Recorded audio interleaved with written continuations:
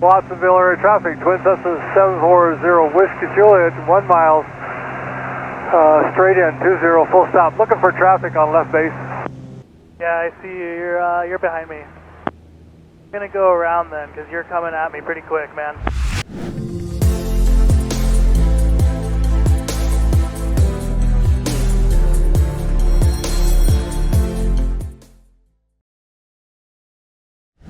What's up, guys, and welcome to ATC Point of View. If you are new to the channel, my name is Lex and thanks for joining me. This incident happened on August 18th at Watsonville Municipal Airport in Santa Cruz County, California. The aircraft involved was a twin engine and a single engine Cessna. The twin Cessna was inbound from the north on a straight end to runway 20, while the single engine Cessna was already established in the pattern for the same runway. This is an uncontrolled airport, so air traffic controllers were not involved in this incident. The weather conditions were favorable, so let's check it out. Watsonville area traffic, Twin Cessna 740 Whiskey Juliet, 10 miles east. Presently we're at 4500. After the last ridge, we'll descend for a straight in for 20, Watsonville. Watsonville traffic, 90 Foxtrot Lima is turning a 1.5 mile left base, runway 20, Watsonville. Watsonville traffic, Cessna 9031, left crosswind 20, Watsonville. Watsonville traffic, 22 Hotel, off the active 20, Watsonville. Watsonville traffic, Cessna 9031, turning left downwind 20, Watsonville. Watsonville traffic, 90 Foxtrot Lima is approaching short final, 20, Watsonville. Watsonville traffic, Skylane 900 Bravo Echo, we're about a mile to the southeast on the VLR Alpha. We'll be flying overhead 1,300 and then making a climbing turn back towards Watsonville. Watsonville area traffic, Twin Cessna 740 Whiskey Juliet, 3 miles straight in, 20, full stop, Watsonville. Watsonville traffic, Cessna 9031, turning left base 20, Watsonville. Watsonville area traffic, Twin Cessna 740 Whiskey Juliet, 1 mile, straight in, 20, full stop. Looking for traffic on left base. Yeah, I see you. You're behind me. I'm gonna go around then, because you're coming at me pretty quick, man.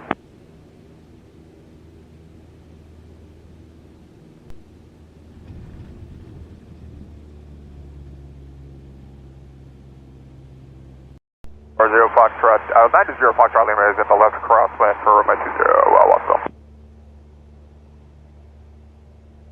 Everybody, please be advised there is an accident towards runway 20. Please be advised, Watsonville. Everybody, please be advised on airport, Watsonville. We have a couple of accidents. Please be advised, Watsonville.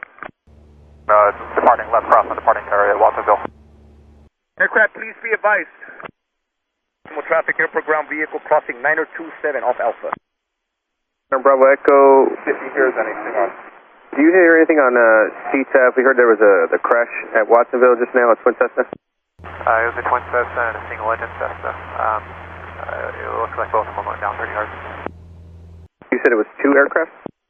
From what it looks like, it was a 172 or a single engine Cessna and then a twin Cessna. Number 9 Bravo Echo, so it seemed like they crashed into each other?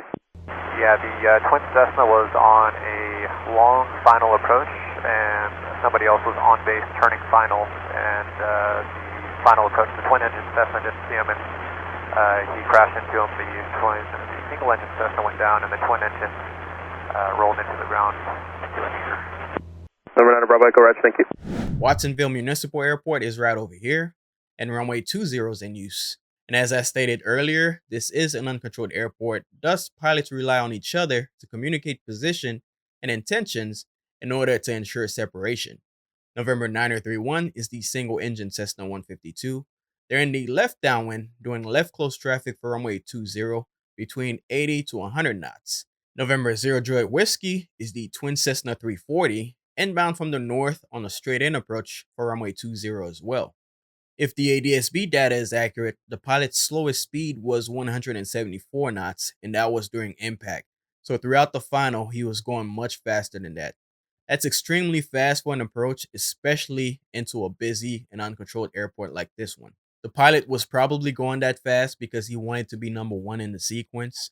But the FAA does encourage pilots to use standard pattern entries when arriving, as opposed to a straight-in approach.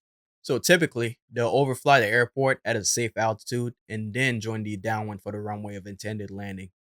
In ATC, we have certain areas in the traffic pattern that are considered ties, meaning that if something is not done, it will result in a loss of separation. The tie in this situation happened when the Cessna 340 pilot reported a 3-mile final. The Cessna 152 should have extended downwind to follow them, but instead they report turning base. You never want to turn base inside of somebody that close to the runway, especially when they're higher performance than you. So the Cessna 340 is now a 1-mile final, eating up the smaller Cessna. Still doesn't have him in sight, and I'm assuming he thinks he has the right of way and doesn't initiate a go around. But the Cessna 152 was at a lower altitude, and according to the FAA, when two aircraft are approaching an airport for the purpose of landing, the one at the lower altitude has the right of way. But regardless, the Cessna 152 pilot sees him and recognized that it wasn't gonna work, so he started to initiate a go around. It's hard to tell, but I'm assuming that he did a standard go around, which keeps him going towards the runway and climbing. But what he could have done instead was to exit the flight path of the Cessna 340 by going around on the left or right side of the runway, because their distance was closing very fast and the Cessna 340 pilots still don't have him in sight. And based on the ADS-B track, the Cessna 340 appeared to have struck him from the rear, both pilots losing control and crashing. Let's take a look at the local news coverage. The FAA says one person was on board the single-engine Cessna 152. The second plane, a twin-engine Cessna 340, was carrying two people. We saw it go over our house smoking, and then we saw like through the bushes, we saw an explosion. That explosion caught on surveillance cameras. Footage shared with ABC 7 News shows a black cloud ascending into the sky.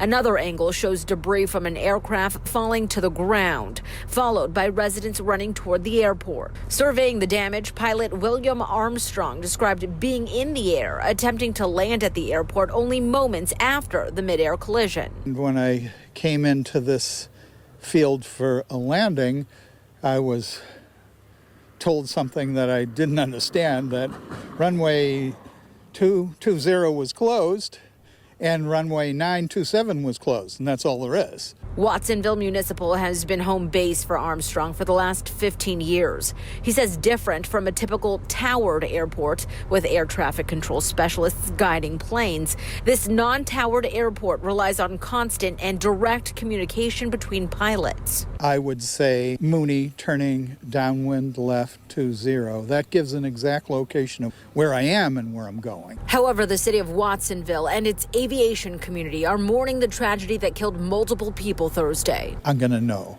I'll know probably who these people are.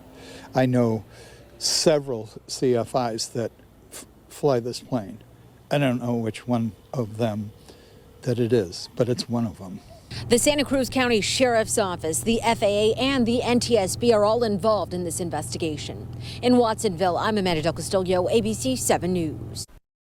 All in all, this is a very sad situation that could have been avoided. Blame could really be shared on both sides. The twin-engine Cessna could have entered a standard pattern entry or slowed down to his normal speed. On the other side, you have the Cessna 152 pilot. He could have extended downwind to follow the twin Cessna. But let me know what you guys think in the comments about the pilot's actions and what could have been done differently. Thanks for watching. As always, peace.